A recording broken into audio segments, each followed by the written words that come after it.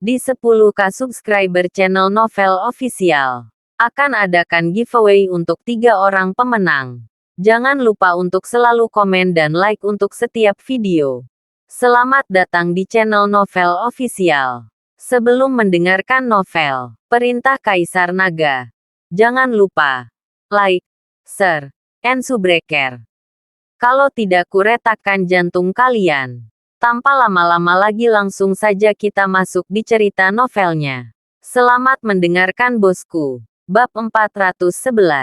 Kembar. Apakah Tuan Chen tidak tahu? Rei Wu tampak bingung. Dev menggelengkan kepalanya sambil tersenyum. Saya bukan dari dunia seni. Bela diri Anda.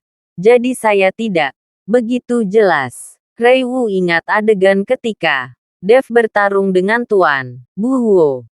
Dan dia juga mengerti bahwa sepertinya Dev adalah seorang penyihir, bukan seorang pejuang. Melihat adegan ini, Rei Wu hanya bisa menjelaskan, dunia seni bela diri kita sangat ketat. Sebelum kita mengembangkan kekuatan batin kita, kita tidak bisa disebut seorang seniman bela diri. Hanya setelah kita melatih kekuatan batin kita, kita dapat menjadi seorang ahli bela diri sejati. Artis dan kekuatan batin dibagi menjadi kekuatan batin kecil, kekuatan batin, master, kekuatan batin dan master, kekuatan batin. Dan ini dibagi lagi. Setiap tingkat ranah dibagi menjadi 9 kelas. Inilah sebabnya saya, Chi Feng, Kelvin Sun dan Dani Jiang keduanya adalah penguasa kekuatan internal. Tetapi alasan kekuatan mereka yang berbeda adalah bahwa saya hanya penguasa kekuatan internal peringkat kedua. Dan Chi Feng dan Dani Jiang diperkirakan telah mencapai peringkat keempat. Di atas master kekuatan internal, ada juga master seni bela diri, master seni bela diri, dan bahkan master seni bela diri. Tetapi saya hanya pernah mendengar tentang ini, dan saya belum pernah melihat master seperti itu. Mendengarkan penjelasan Rei Wu, Dev dapat dianggap memiliki pemahaman umum tentang dunia seni bela diri. Ternyata, dunia seni bela diri sama dengan dunia kultivasi abadi. Dev, dunia seni bela diri, ranah apa yang bisa Anda capai? Tepat ketika Dev berpikir, Rei Wu terus berkata, jadi saya mengirim putra kedua saya ke garis bajikuan untuk belajar sejak usia dini. Dan saya berharap dia dapat melampaui saya dalam kekuatan di masa depan. Tepat ketika Rei Wu selesai berbicara, dia melihat seorang pria muda masuk dan berkata sambil berjalan, "Ayah, saya sedang sibuk berlatih sekarang.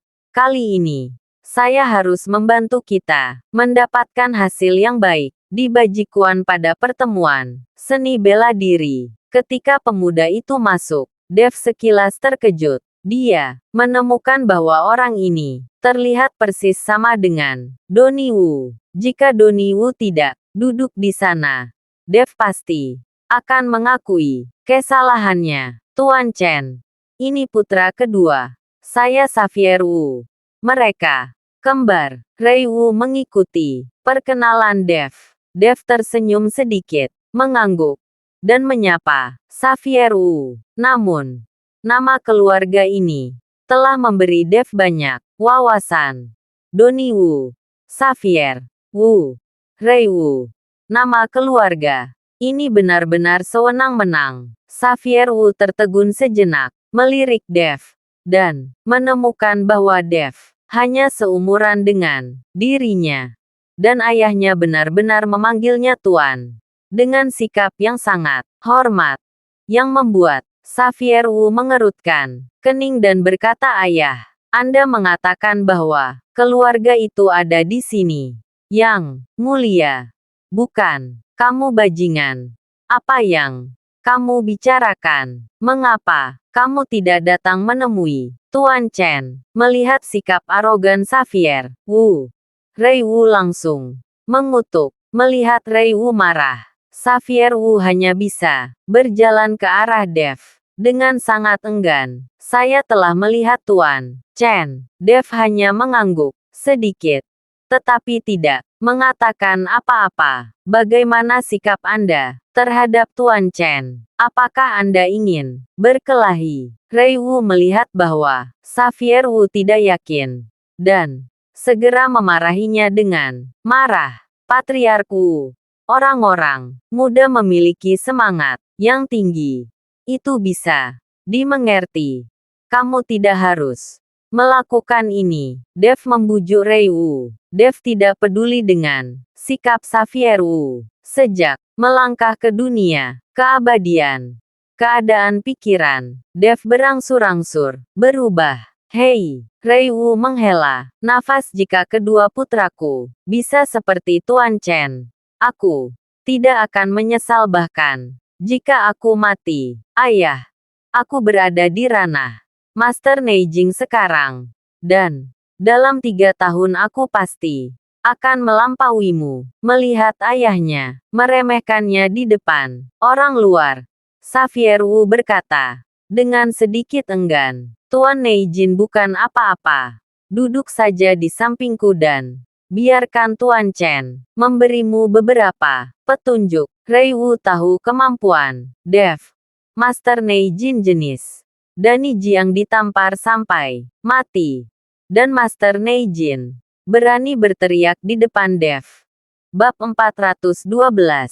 Kecepatannya terlalu lambat. Xavier Wu sangat tidak yakin.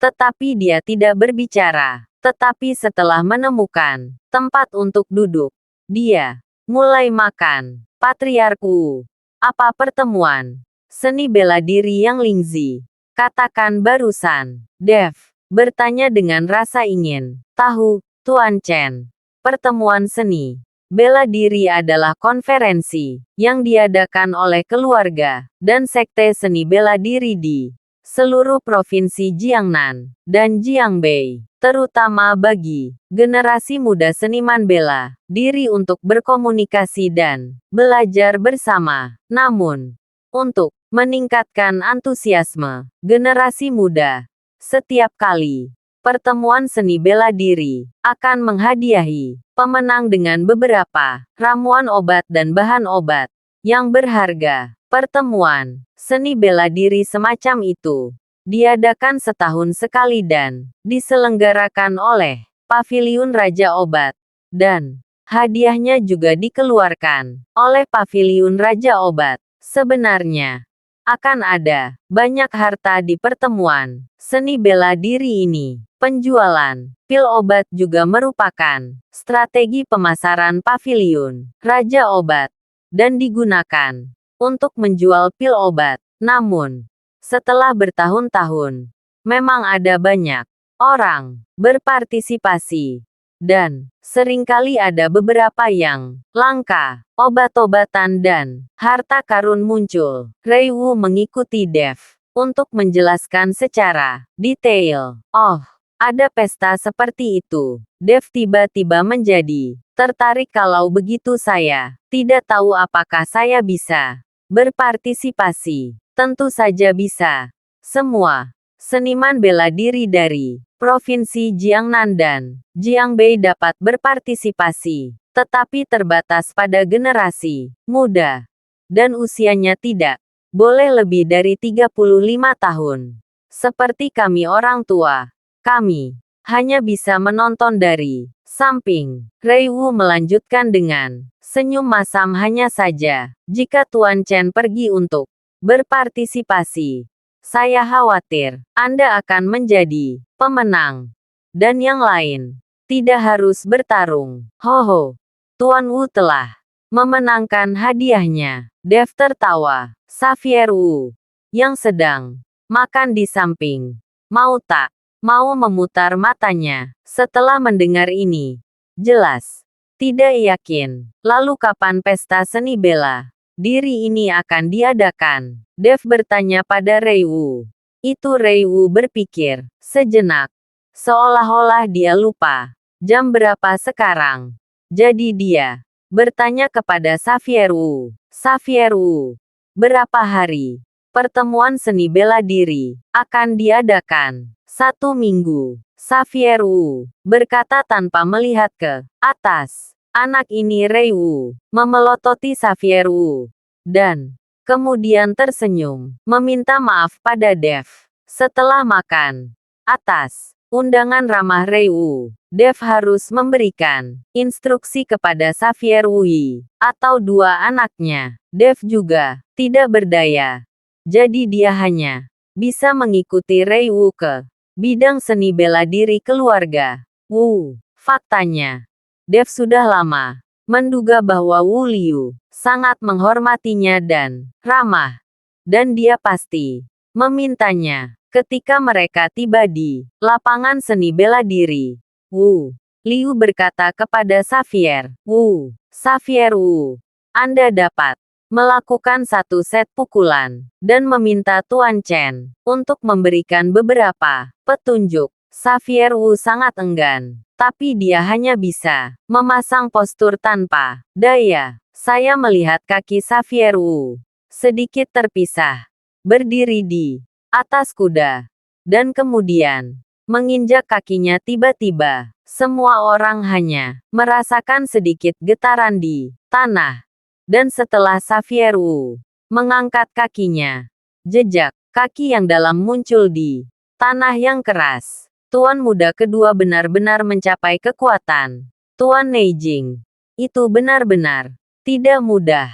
Kibo berkata dengan terkejut setelah melihatnya. Para pelayan keluarga Wu di sekitarnya juga memujinya, yang membuat wajah Xavier Wu penuh dengan kebanggaan. Set Bajikuan Xavier Wu bermain dengan harimau dan angin kencang. Bahkan jika Anda dipisahkan oleh beberapa meter, Anda dapat merasakan kekuatan angin kencang.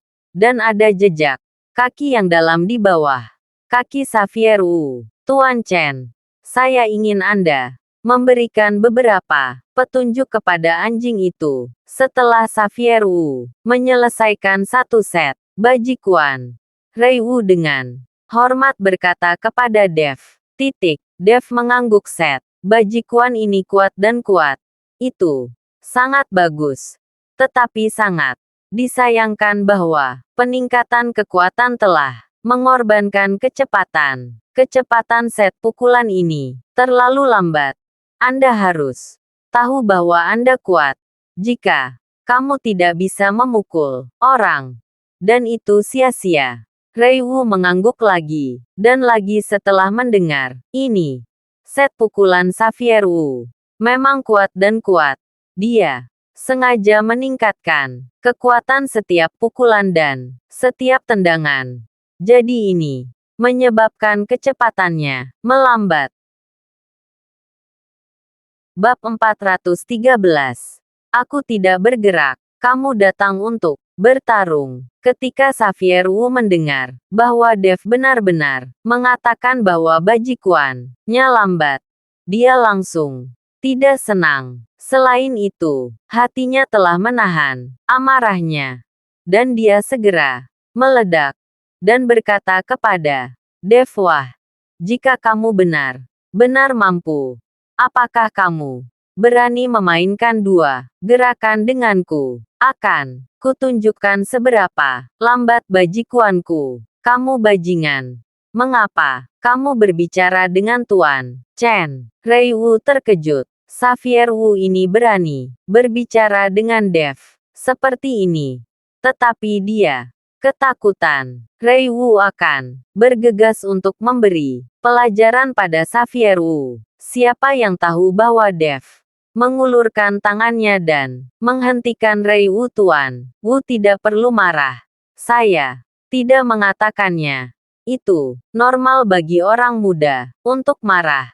Saya hanya akan memiliki dua gerakan dengannya. Ketika Rei Wu mendengarnya, dia buru-buru berkata dengan nada memohon. Saya juga meminta Tuan Chen untuk berbelas kasih. Jangan khawatir. Aku tidak akan menyakitinya, kata Dev ringan. Dengan kata-kata ini, Rei Wu merasa lega. Dan kebetulan, Dev dapat mengendalikan penampilan arogan Xavier Wu. Anda harus tahu bahwa ada hari di luar langit, dan ada orang di luar orang. Rei Wu terkadang bertanya-tanya apakah kedua anak ini adalah miliknya. Masing-masing dari mereka sangat arogan. Benar-benar berlawanan dengan kepribadiannya sendiri. Ayah, kamu harus memohon padaku untuk berbelas kasih. Jika aku menyakiti VIP-mu untuk sementara waktu, jangan salahkan aku. Xavier Wu berkata dengan jijik. Rei Wu tidak masuk akal baginya. Karena dia tahu bahwa Xavier Wu akan jujur. Setelah beberapa saat, Dev melompat ringan, datang ke Xavier Wu, dan berkata dengan ringan, kamu memukulku. Aku hanya menghindar. Tidak pernah melawan. Beritahu, kamu apakah bajikuanmu? Lambat, Dev berkata. Letakkan tangannya di belakang. Dan berdiri dengan tenang. Xavier Wu tertegun sejenak, dan kemudian berkata, dengan marah, wah, kamu terlalu gila. Jika kamu terluka, jangan salahkan aku. Tidak, Dev menggelengkan kepalanya. Xavier Wu tiba-tiba menginjak kakinya. Kali ini, tanah seharusnya diinjak oleh kaki ini. Dan retakan muncul. Retakan menyebar kemana-mana. Dan retak sepanjang beberapa meter. Segera setelah Xavier Wu menghembuskan napas, urat biru di wajahnya menegang, dan seluruh orang mengeluarkan napas yang menakutkan. Seperti seekor citah menatap mangsa di depannya. Tiba-tiba, Xavier Wu menghancurkan Dev dengan pukulan.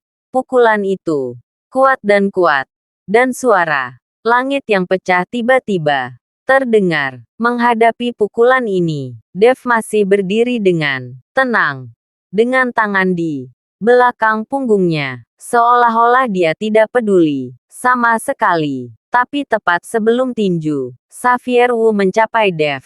Kepala Dev dengan ringan menoleh ke satu sisi, dengan mudah menghindari pukulan Xavier Wu. Xavier Wu tertegun sejenak, lalu menjadi marah, dan meninju Dev lagi. Kali ini, dia tidak menyerang kepala Dev, tetapi menuju ke perut Dev.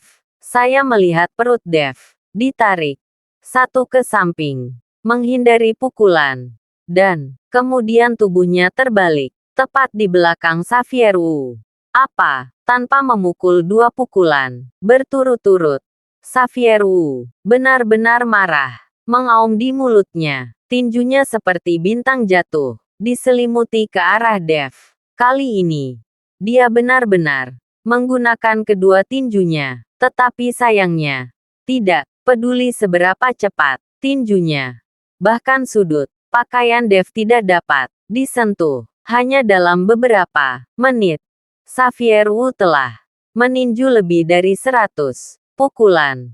Tetapi tidak ada satu pukulan pun yang mengenai. Xavier Wu berhenti. Terengah-engah. Dahinya dipenuhi keringat dingin. Dan energinya hampir habis. Pada saat ini, Dev masih memiliki tangannya di punggungnya. Dan dia tidak bisa melihat jejak kelelahan. Dia tersenyum sedikit. Apakah kamu percaya tinjumu terlalu lambat sekarang? Kamu hanya mengandalkan fleksibilitasmu. Apakah kamu berani meninjuku dengan fisikmu? Aku bisa mematahkan semua tulangmu dengan satu pukulan. Xavier Wu masih belum yakin. Dev tersenyum sekarang. Kamu kelelahan. Bagaimana kamu bisa melawanku? Setelah berbicara, Dev mengangkat kakinya dan menginjak tanah dengan ringan. Bab 414. Lakukan apa yang kamu inginkan. Dalam sekejap, seluruh tanah bergetar, seolah-olah membujuk gempa bumi. Tubuh Xavier Wu tidak bisa berdiri dan jatuh langsung ke tanah. Dan lihat kaki Dev. Retakan. Dalam satu demi satu. Menyebar lebih dari 10 meter.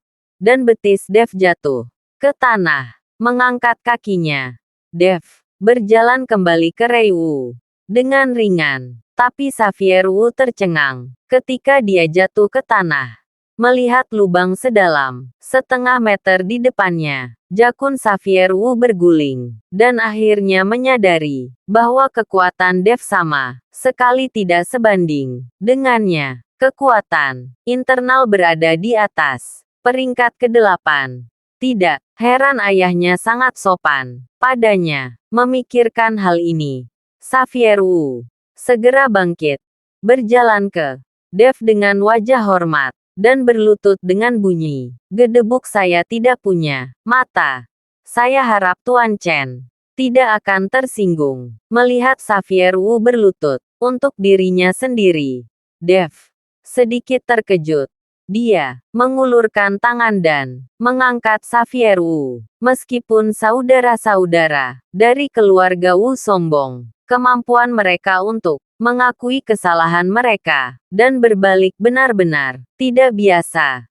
Dan sepertinya, mereka sama sekali tidak seperti Rei Wu. Ikuti kata hatimu dan bentuk pikiranmu sesuka hatimu, sehingga kecepatan dan kekuatanmu bisa dilatih. Daripada mengkhawatirkan satu dan lain hal, keuntungannya lebih besar daripada kerugiannya. Dev menepuk pundak Xavier Wu. Kekuatan dari hati.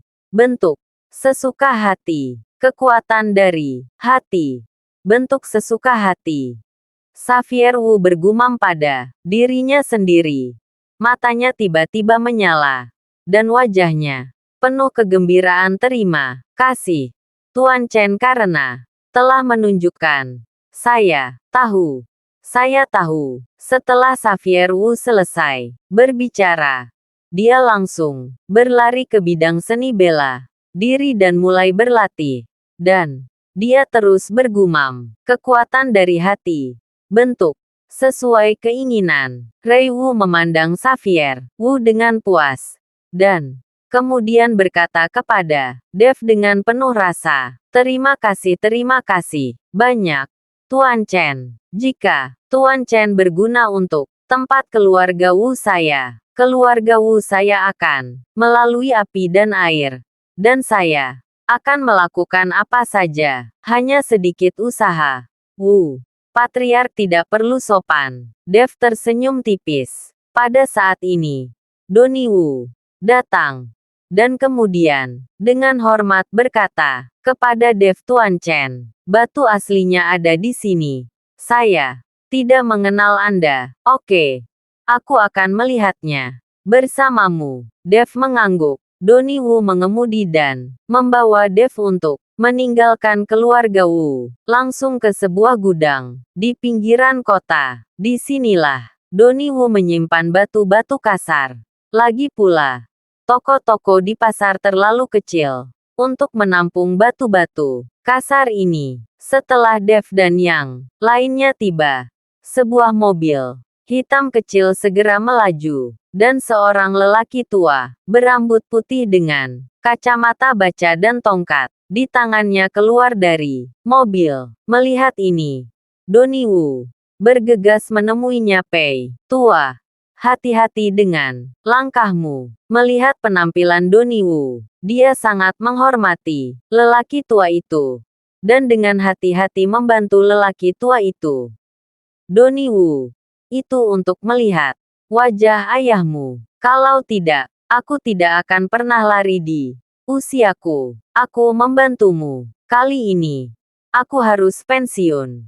Pei tua itu berkata dengan ekspresi tidak senang. Pei tua, jika kamu pensiun, akan menjadi kerugian besar bagi kami untuk berjudi di dunia batu. Doni Wu dengan cepat memujinya. Tua, kesehatanku sekarat. Pei Lao melambaikan tangannya, tapi ku dengar kali ini jumlahnya sangat besar. Bahkan jika kamu Melihat wajah ayahmu, biayanya tidak boleh terlalu kecil. Setidaknya jumlah ini. Pei tua itu mengulurkan jari dan menunjuk ke arah Doni.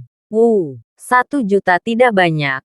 Pei Lao sepadan dengan harga ini. Doni Wu berkata dengan tergesa-gesa. 1 juta untuk apa? Wajah Pei Lao menjadi dingin ini. 10 juta. 10 juta. Mata Doni Wu melebar karena terkejut. Kenapa? Menurutmu itu terlalu banyak. Aku tahu kali ini kamu datang ke Hengshan Stone. Jika semuanya baik-baik saja, berapa banyak uang yang bisa kamu hasilkan? Apakah kamu masih perlu aku memberitahumu? Pei tua itu berkata dengan dingin kepada Doni Wu. Oke.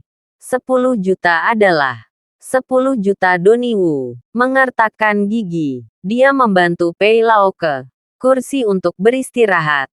Doni Wu berjalan ke Dev dan berkata dengan sedikit malu, Tuan Chen, Pei tua ini adalah seorang pria tua di dunia perjudian batu. Kami akan memintanya untuk berpegangan tangan ketika kami beli batu kasar. Bukannya saya tidak percaya, Tuan Chen. Tapi saya harap Tuan Chen tidak salah paham. Tidak apa-apa. Dev tersenyum sedikit. Bab 415. Mengambil batu. Setelah menunggu sekitar setengah jam, sebuah truk melaju, diikuti oleh beberapa mobil. Setelah mobil berhenti, seorang pria parubaya turun dari mobil pertama. Pria parubaya itu mengenakan cincin berlian di tangannya, rantai emas dengan ibu jari tebal di lehernya, dan cerutu di tangannya. Dari mobil lain, lebih dari selusin pengawal berjas turun. Semuanya mengenakan kacamata hitam, memancarkan aura menakutkan, dan mereka tidak lemah pada pandangan. Pertama, Tuan Feng datang kepada saya untuk mengantarkan barang dan bawa begitu banyak pengawal. Apakah Anda meremehkan saya atau keluarga seni bela diri saya? Doni Wu berkata dan berjalan sambil tersenyum, diikuti oleh Tuan Feng dan berjabat tangan. Tentu saja saya tahu kekuatan keluarga Wu Anda di ibu kota provinsi. Tetapi mobil ini semuanya adalah batu kasar Hengshan bermutu tinggi. Dan itu sangat berharga. Jika terjadi kesalahan di tengah jalan, saya akan menjadi pengemis di masa depan. Presiden Feng tertawa, memperlihatkan 2 gigi emas besar. Nilai Tuan Feng. Apalagi 1 gerbong batu Hengshan. Bahkan jika dia membeli seluruh gunung Hengshan, itu akan lebih dari cukup. Doni Wu memuji Tuan Feng. Tuan Muda Wu telah memenangkan penghargaan. Meskipun Tuan Feng mengatakan ini, wajahnya penuh dengan senyuman. Dev di samping memandang Doni Wu dengan kagum. Meskipun anak ini tidak suka berlatih seni bela diri, dia benar-benar seorang pengusaha yang baik. Setelah Doni Wu bertukar kata dengan Presiden Feng, kemudian Presiden Feng berjalan langsung di depan Tuan Pei yang sedang duduk di kursi, dan berkata dengan sopan kepada Tuan Pei, Penatua Pei, Anda akan keluar sendiri hari ini. Mobil batu Hengshan ini sangat berharga. Doni Wu tidak nyaman dan mengundang saya secara langsung. Pei Lao masih duduk, matanya sedikit tertutup dan berkata, Tuan Wu, kami telah berurusan satu sama lain selama bertahun-tahun, tetapi Anda masih tidak bisa mempercayai saya. Lao Feng dan mengundang Lao Du secara pribadi. Presiden Feng memandang Doni Wu dan berkata, setengah bercanda, Tuan Feng, berhati-hatilah untuk tidak membuat kesalahan besar. Belum lagi, harga kumpulan batu Hengshan ini tidak rendah. Donnie Wu juga tersenyum sedikit. Dalam hal ini, mari kita periksa barangnya terlebih dahulu. Tetapi saya masih mengatakan hal yang sama. Ini adalah batu asli. Saya tidak akan menjamin bahwa Anda akan menghasilkan permata atau permata apa yang akan diproduksi setelah pemeriksaan dan transaksi. Saya tidak akan mengembalikannya. Presiden Feng berkata dengan wajah serius. Saya mengerti. Ini tidak perlu dijelaskan oleh Presiden Feng. Donnie Wu mengangguk. Segera, satu gerbong batu kasar dibuang di tempat yang ditentukan. Kereta penuh batu ini memiliki ukuran dan bentuk yang berbeda. Jika Anda tidak tahu bagaimana melakukannya, itu tidak berbeda dengan batu biasa. Pei tua. Aku lelah.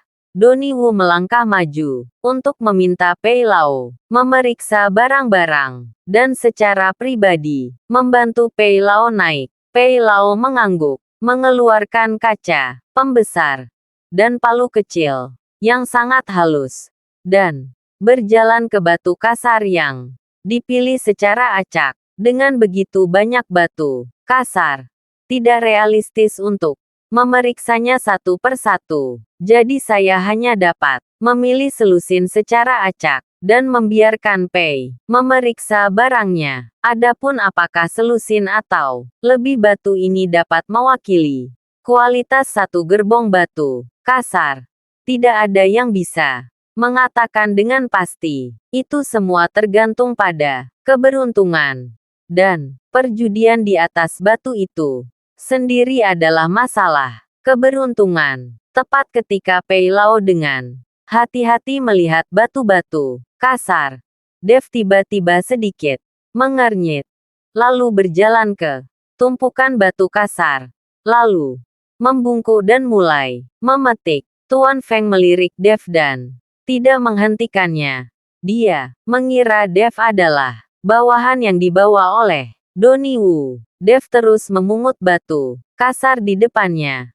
Dan segera sebuah batu dengan permukaan halus dan bentuk oval muncul di depan Dev. Dev menunjukkan keterkejutan di matanya. Dan perlahan-lahan mengambil batu itu. Ketika tangan Dev menyentuh batu itu, energi spiritual murni langsung mengebor ke tubuh Dev. Aura yang terkandung dalam batu seukuran telur ini bahkan lebih berlimpah daripada aura di batu giok yang puluhan kali lebih besar. Terima kasih sudah mendengarkan cerita novel Perintah Kaisar Naga. Sampai jumpa di cerita selanjutnya.